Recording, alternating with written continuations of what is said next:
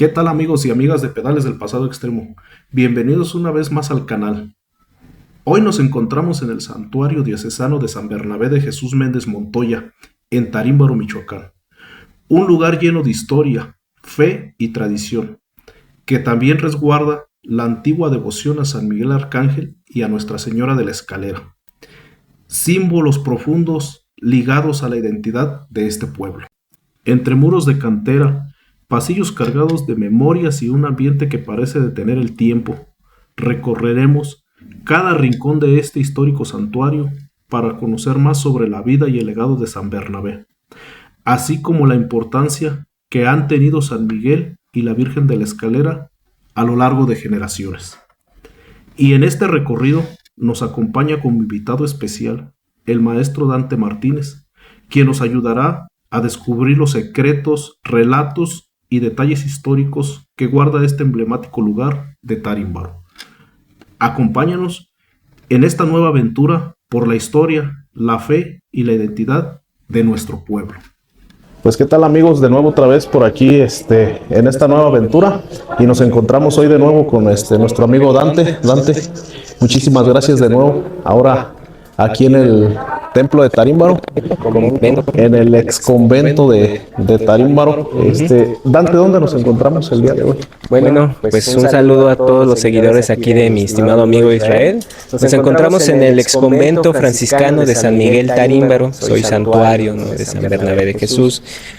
Una de las joyas arquitectónicas virreinales que tenemos en el estado de Michoacán, porque este convento no solamente ha sido significativo en la parte religiosa, sino también en la parte histórica, ¿no?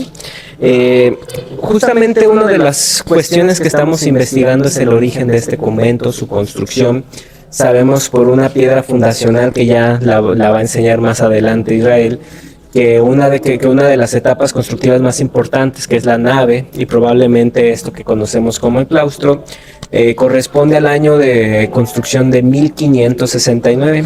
Sin embargo, el origen del convento parece ser mucho más antiguo. Vamos a ver más adelante estas fases constructivas del convento, que parecen evocar sus orígenes entre 1540 y 1550. Probablemente esa fecha de 1545 no está tan alejada de la realidad.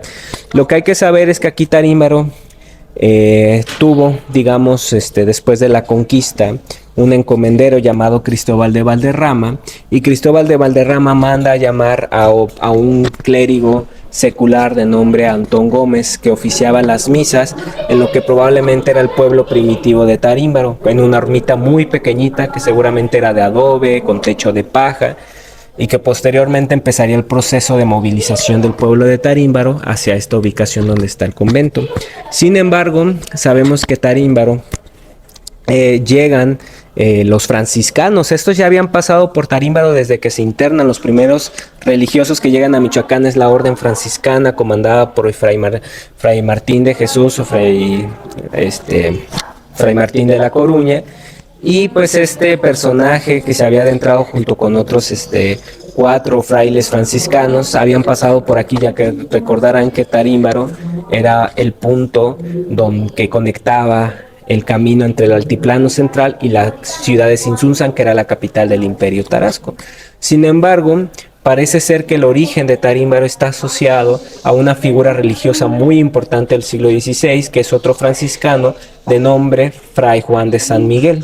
Y precisamente este personaje, encontramos un documento el año 1531 donde está bautizando a las personas aquí en Tarímbaro. Este fraile llegó a Michoacán probablemente entre 1529 y 1530, y él empezó todo un proceso de evangelización en muchas comunidades alrededor de Morelia, Valladolid en ese entonces, ¿no? Charo, Quinceo, Tarímbaro, y llama la atención que todos estos puntos donde estuvo Fray Juan de San Miguel son precisamente San Migueles, ¿no? San Miguel Guayangareo, San Miguel Charo, San Miguel Tarímbaro, San Miguel Quinceo, ¿no? San Miguel del Monte.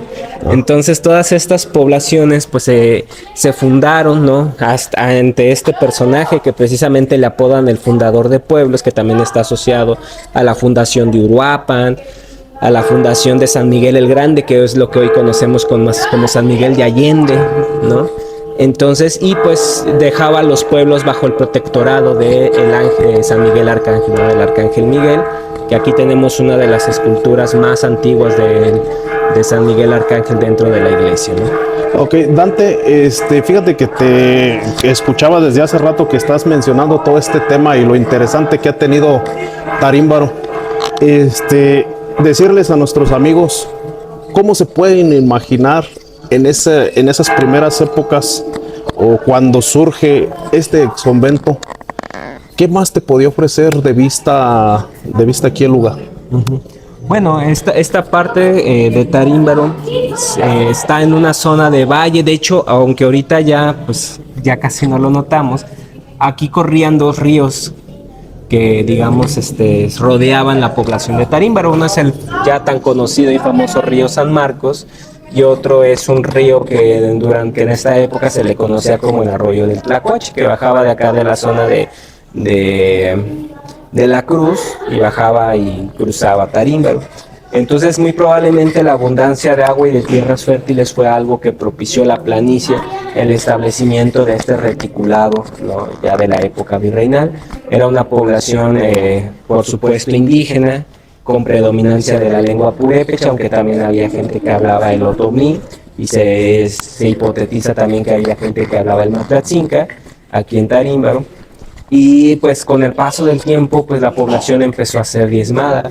Yo calculo que en época prehispánica esta zona de Tarímbaro llegó a tener al menos entre 8,000 y 10,000 habitantes a la llegada de los españoles. Sin embargo, con las pestes, esta población se fue reduciendo, y probablemente cuando se construyó el convento, las cifras suenan dramáticas, pero es verdad, muy probablemente ya nomás había unas 1,000 personas, ¿no? Muy pocas para la época, ¿no? También, Dante, fíjate que algo que me pareció bien interesante que veíamos ahorita allá afuera, yo te comentaba que una persona adulta aquí de la comunidad me decía que existieron unos arcos en la parte del frente, o bueno, ellos tienen ese dato por paso de información de generación en generación.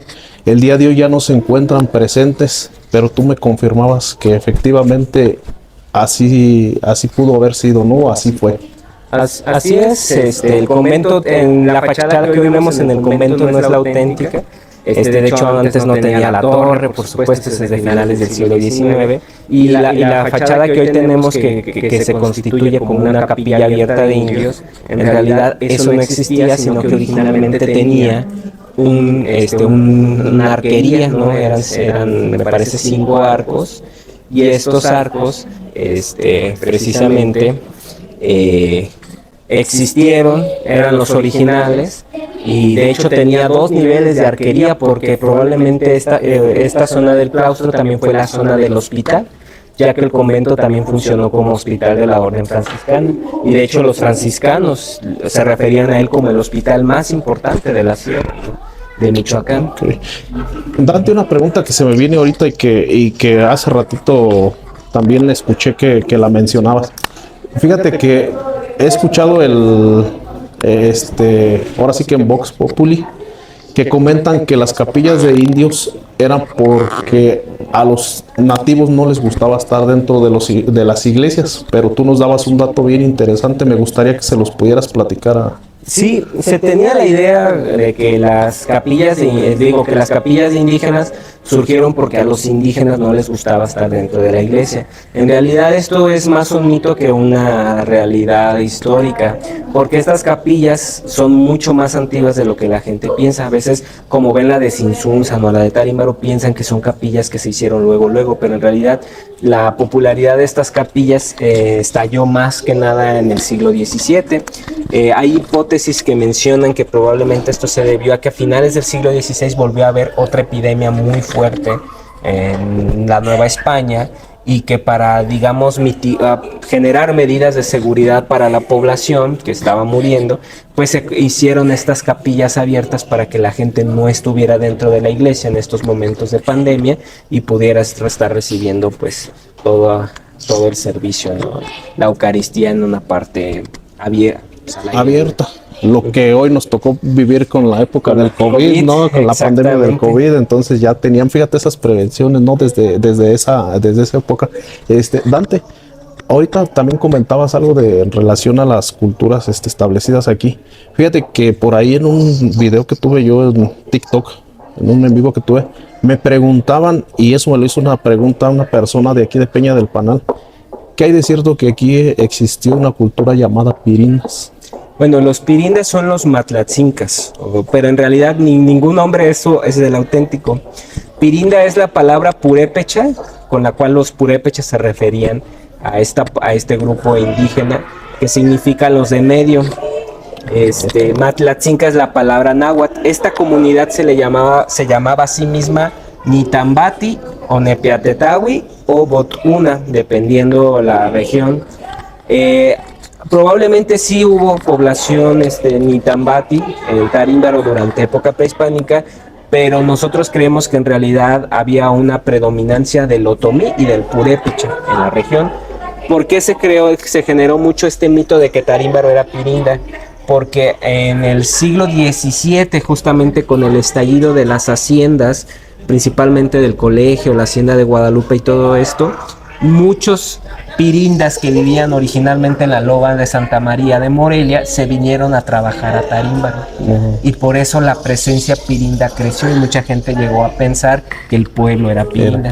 Pero en realidad el pueblo era predominantemente en primera instancia purépecha y tenía una población, digamos, secundaria otomí, y en esta población otomí seguramente había algunos matlatzincas o pirindas. Ok, Dante, ¿te parece si damos una caminada y nos puedes ir explicando qué es lo que vamos a comenzar ahorita a ver? Sí, vamos. Bueno, aquí lo que tenemos pues es una pequeña escultura de San Francisco de Asís, que es precisamente el santo que da origen a la orden de los franciscanos. Y que bueno, fue, digamos, uno de los más importantes padres de la historia de la Iglesia Católica. Sabemos que San Francisco de Asís impregnó un carisma a los franciscanos de ser serviciales, de vivir en la humildad, de rechazar las riquezas y más bien adentrarse al conocimiento del sufrimiento humano, estar cerca de los pobres, etcétera. Y bueno, aquí esta representación clásica de San Francisco de Asís lo podemos ver muy discretamente sus llamados estigmas, ¿no?, que tiene en las manos, ya que San Francisco de Asís es considerado, dicen, que fue una de las personas que más cercanamente vivió a Cristo en su interior, ¿no? Y tan fue ese amor que tuvo a Cristo y ese amor que resplandeció a los pueblos, que se le dio este don de los estigmas, ¿no? Él sangraba de las manos, igual que como representando, ¿no?, el sufrimiento de Jesús. Y se pueden ver aquí, tiene una representación donde está cargando un cráneo. La razón por la cual carga un cráneo es porque él mismo, ¿no?, San Francisco de Asís fue una persona muy apegada a la naturaleza. Él siempre incentivó el cuidado de la naturaleza, de los animales, que no hay que causarse sufrimiento a los animales, no hay que destruir los árboles, hay que cuidar el agua, etcétera. Y tanto fue su amor por la vida que inclusive San Francisco de Asís encontró amor en la muerte.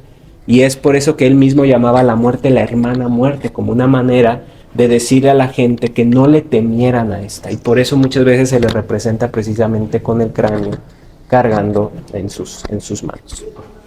Y detrás de él podemos ver pues estos hermosísimos frescos del siglo XVI, probablemente finales del siglo XVI, siglo XVII, donde podemos ver pues una representación de Jesús cuando es apresado, probablemente en la parte de cuando está en la columna. Y podemos ver también aquí algunos querubines decorativos y por supuesto una escultura del santo de Tarímbaro, primer santo michoacano, San Bernabé de Jesús, nacido aquí en Tarímbaro. Y estamos precisamente ante uno de los frescos más de Tarímbaro. Bueno, en la parte de enfrente tenemos una representación de Nuestra Señora de Fátima. En la parte de atrás tenemos este bello mural que va a estar representado precisamente de nuevo por San Francisco de Asís, que es la figura que está en azul detrás, donde podemos ver precisamente sus estigmas de nuevo, que es lo que nos permite reconocerlo como San Francisco de Asís, y que además pues tiene esta aureola, ¿no?, que representa su santidad. Lo que llama poderosamente la atención de esta imagen es que tenemos dos figuras aquí que parecen representar un obispo y un personaje de la nobleza. En realidad seguimos investigando para saber quiénes son estos personajes, pero todo parece indicar que el personaje de la nobleza puede tratarse de Fernando Sotelo de Moctezuma, encomendero de Tarímbaro y descendiente de Moctezuma Xocoyotzin, ¿no? Puede ser esa representación, mientras que acá tenemos pues un fraile franciscano. El rostro ya no es muy visible, pero pues muy probablemente sea algún fraile franciscano en general. Y pues bueno, esta es una de las representaciones más interesantes, porque aquí sería, lo primordial sería identificar estas dos figuras que seguramente fueron muy importantes, la razón por la cual están aquí impregnadas. Y es que hay que recordar que el papá, también existe la posibilidad de que sea Diego Arias de Sotelo, ya que el papá de Fernando Sotelo de Moctezuma fue uno de los principales benefactores de este convento y también del Colegio de San Miguel Guayangareo. Que hay que recordarle a la gente que la hacienda del colegio precisamente le perteneció a los franciscanos y le perteneció al Colegio de San Miguel Guayangareo, por eso se le conoce como hacienda del colegio. Y posteriormente esa hacienda, cuando se va al Colegio de San Nicolás a Valladolid y se fusionan tanto el Colegio de San Nicolás con el Colegio de San Miguel Guayangareo, la hacienda pasa a manos del Colegio de San Nicolás y por eso durante mucho tiempo fue conocida como la hacienda del Colegio de San Nicolás Obispo. Pues datos muy interesantes, Dante. Pues en estas partes son las zonas donde está el catecismo, pues seguramente fueron habitaciones o inclusive parte donde tenían a los enfermos del convento.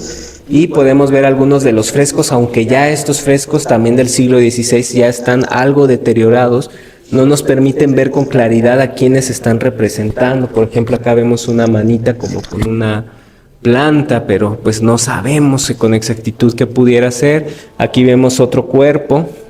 Pues son estos testimonios tan bellísimos que quedaron, ¿no?, del convento de Tarímbaro. ¿Esto qué pudo haber sido? Nicho. Pues eran nichos donde seguramente se ponían también algunas imágenes, ¿no? Velas, algo, pero principalmente tenían imágenes. Tenían ahí alguna esculturita de algo, alguna virgencita, alguna cruz. Ah, por lo que decías del hospital, que era donde por lo regular el enfermo se encomendaba. Ajá, mire, pues ahí está Nuestra Señora de la Salud de Pátzcuaro. Ajá. Pues miren, amigos. Aunque hoy el convento ya no se perciba, en realidad tuvo dos niveles de arquería. Uh-huh. Como se puede ver allá en la esquina, se puede ver el inicio de un arco que tenía y posteriormente en algún momento fue retirado. Dante, pues aquí es donde nos encontramos ahora. Este fue otro de los patios que tuvo el convento, aunque aquí en esta zona seguramente, al igual que en muchos otros conventos de Michoacán, seguramente por aquí estuvo la Guatápera, que era la parte que estaba bajo la administración de los indígenas, que también funcionaba como hospital y que también seguramente funcionaba como zona donde se reunían los indígenas. Fíjate que platicando yo con una persona, Dante, ajá, me comentaba que por allá en la época de la Revolución, ya es una persona grande, también llegó a tener una funcionalidad de granero. Sí, seguramente. Esta edificación seguramente ya debió haber sido un granero, pero una zona de almacenamiento del convento, pero por aquí debió haber estado la Guatápera. Los cimientos, a lo mejor los cimientos que tuvo este edificio, ajá, sirvieron para la elaboración.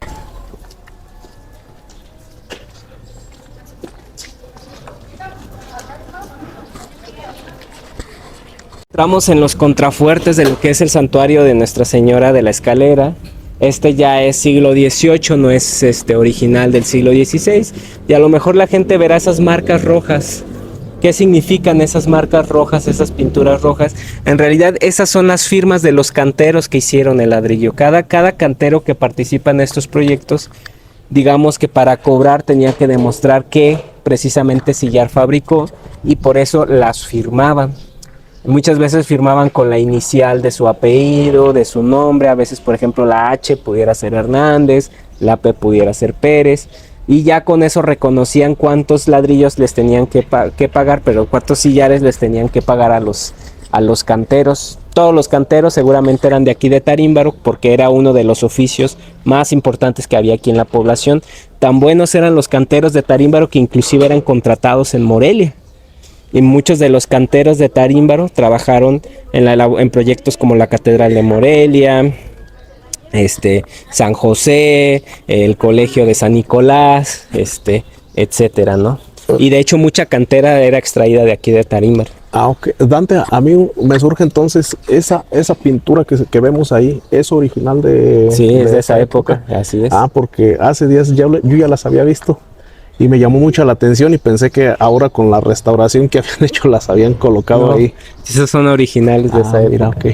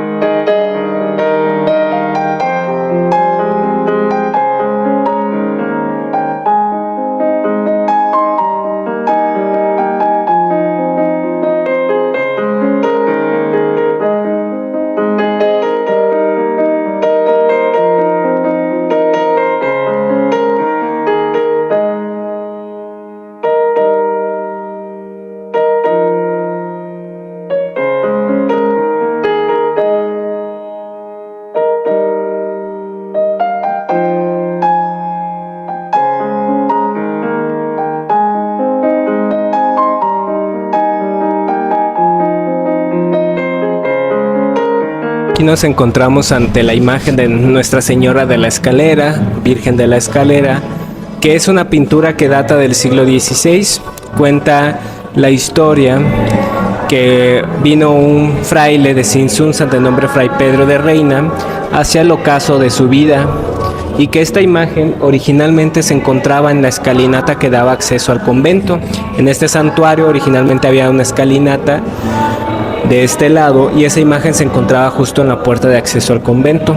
Entonces se cuenta que Fray Pedro de Reina siempre veneraba esta imagen, y cuando se acercaba el momento de su final, en la última veneración que se arrodilló a la imagen, cuenta que la imagen había cambiado su posición de forma, ya que se dice que originalmente la Virgen estaba erguida y con el rostro viendo hacia enfrente.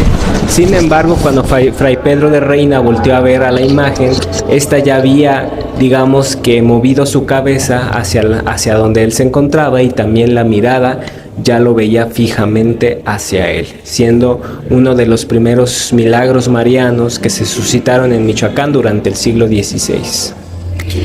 Dante, fíjate que también, no sé si estás enterado, por ahí se cuenta una historia, leyenda en el torno a la Virgen de la Escalera, en cuanto en una época que existió mucha guerra en el país, y que venía el ejército precisamente a acabar con el pueblo de Tarímbaro. Entonces, aquí no tengo bien el dato del nombre del sacerdote que se encontraba en ese tiempo, y le tocan a la puerta y le dicen que haga una oración para pedir por el pueblo. Y cuando vienen ya los militares ya cerca de llegar ahí por lo que hoy es Mesón Nuevo, se ve como que era un lago. Y también esa es otra de las cosas que se cuentan aquí de esta imagen, que mucha gente es muy devota a ella, y muy, pues, una fiesta que se le hace hasta de hecho muy grande. Sí, claro. Sí, son parte pues de los milagros, ¿no?, que se asocian a esta imagen, y lo cual llevó en el siglo XVIII a que esta parte, que era anteriormente una capilla, se convirtiera ahora en santuario de la Virgen de Nuestra Señora de la Escalera.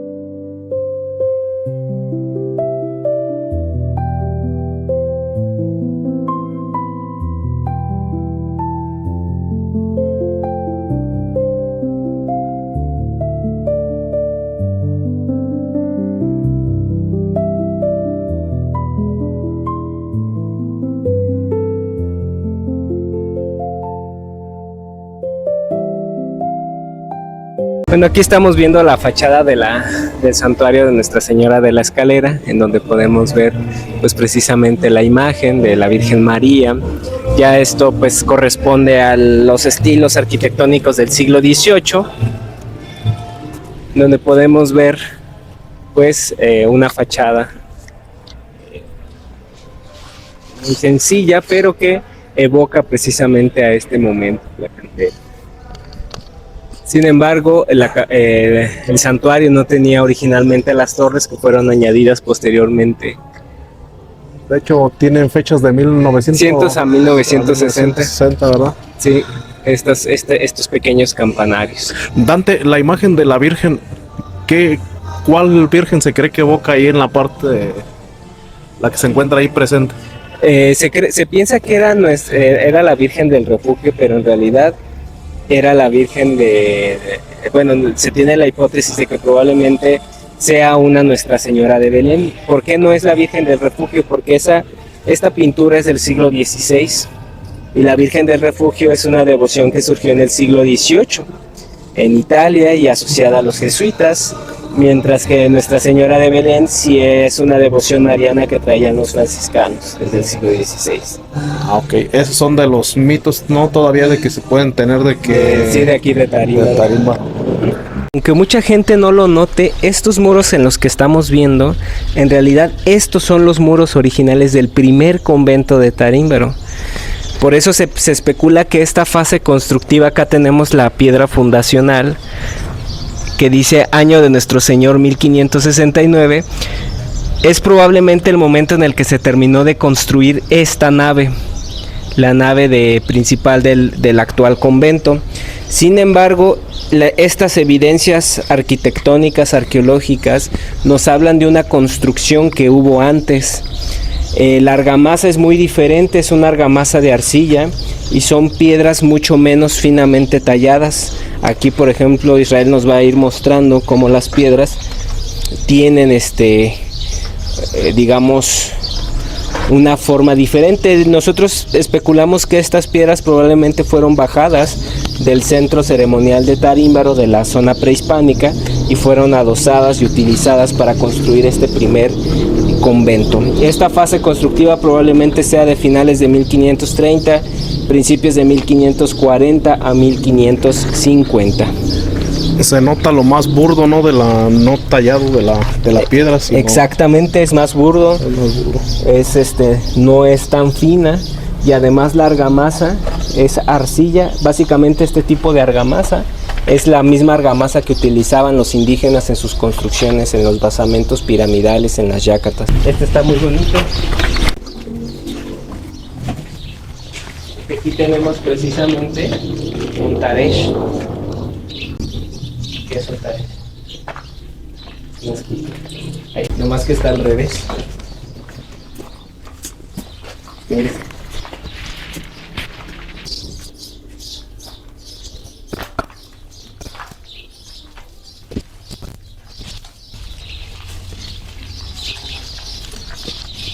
Y miren, amigos, aquí todavía se alcanzan a... Pues espero que les esté gustando la aventura, amigo. Vamos a seguir por aquí caminando. Y miren todo lo que nos dice por aquí nuestro amigo Dante.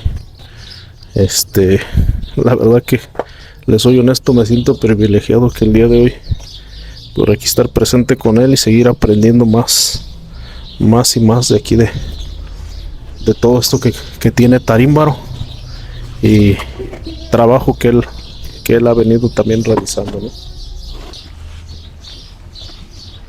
Y miren, amigos, aquí vamos a entrar otro.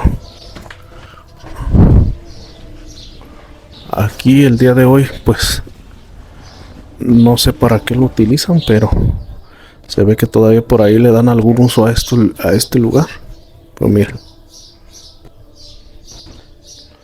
es un lugar muy bonito, y que con lo que acabo de escuchar, pues le van a dar un realce al contar la historia. Pues miren, amigos, y seguimos caminando y a ver qué alcanzan a ver por aquí de este lugar. Si alcanzan a ver todavía algunos petrograbados o alguna figurilla por ahí que sea de eso, que les llame la atención.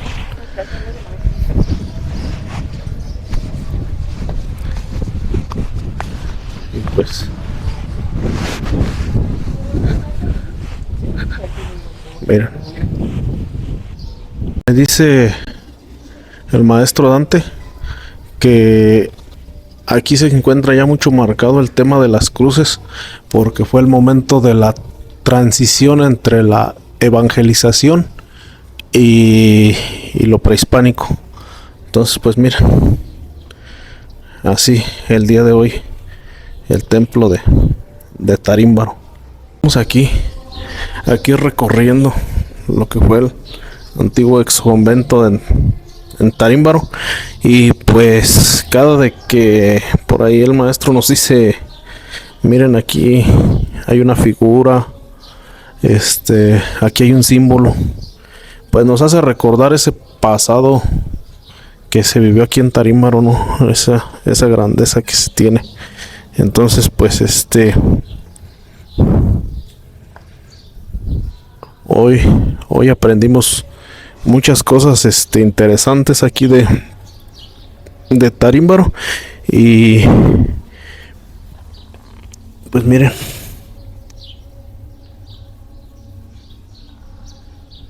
mucha historia aquí que próximamente pues será contada y plasmada.